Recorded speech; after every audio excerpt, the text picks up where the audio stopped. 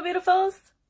I want to share an analogy today that might assist you when you are navigating making a change in your experience and you find that your thoughts become persistent and your thoughts continually drag you back to what is familiar and what is known, even if you know that's not for your highest good.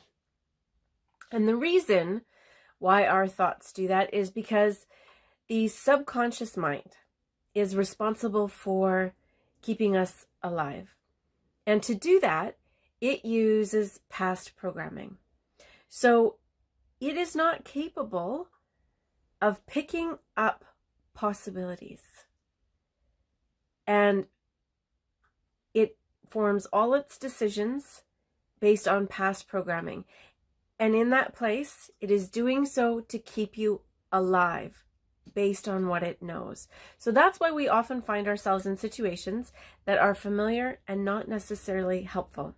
And there's a big difference between surviving and thriving. And if you are trying to make changes in your experience, my guess is that you are desiring to thrive rather than survive. And in this place of persistent thoughts, we sometimes feel like we are at the mercy of our thoughts. But when we look at it, the question would arise, do you have to believe everything you think? Just think about that for a moment. Do you believe everything you think? We have hundreds of thousands of thoughts a day. And how many of them do you believe? And why do you believe the ones you believe? How are you able to believe some and leave the others? What is that process? It's a choice. We choose which beliefs we will accept, which thoughts we want to believe. And based on the thoughts that we choose to believe, we assign them a value. And that value will determine what other beliefs or whatever thoughts we accept as a belief. And in turn, this will form our experience. Now, if we use the analogy of the ocean and the shoreline, I don't know about you, but I love beachcombing. I could spend an entire day just walking along the water and looking at all the little bits that are in the sand. And there's so many different things that wash up on the shore, isn't there? There's seashells. There are little critters. Sometimes there is sea glass. Sometimes it's kelp. Sometimes it's unidentifiable treasures. And other times it is just trash. And that's similar to the thoughts of our mind. We can think of our mind as being the ocean, and the thoughts are the little tidbits or items that wash up on the shoreline.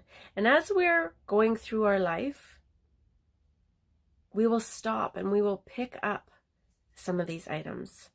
And we decide if they are trash or treasure. We assign them a value. Sometimes we might pick something up and think it's going to be a treasure. And then after looking at it, we decide, no, it's not really a treasure. I don't want to bring it home with me. And we'll put it back. And the same is true with our thoughts. We can do the exact same thing with our thoughts. The difference is that the vast majority of people are not conscious.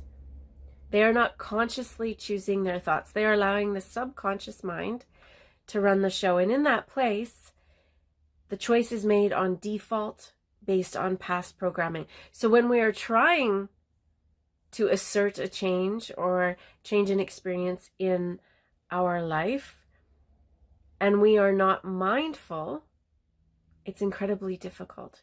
And when we become conscious, when we're in the present moment, when we can slow down and we can become the observer of our thoughts, that's when we have that power to choose what thought we will accept and what thought we will leave behind.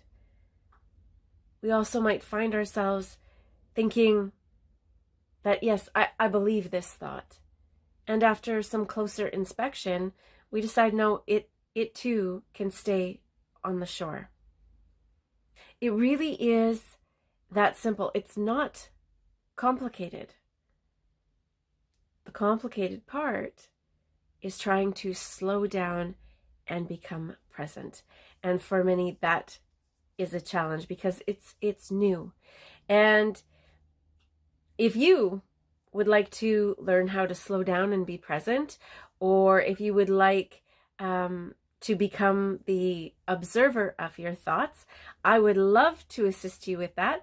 And my contact information is below. As always, I thank you so much for listening to this perspective. I do understand that for some people, it might be a new idea. And if you're still here, thank you so much. And I encourage you to entertain that place where you have the freedom to choose what thoughts you want to believe and what thoughts you will let pass by. And until we speak again, please be well. And if this resonates with you, I would love it if you would give me a thumbs up, hit the likes, a share, and don't forget to subscribe so that you can hear more shifts in perspective. Until we speak again, please be well.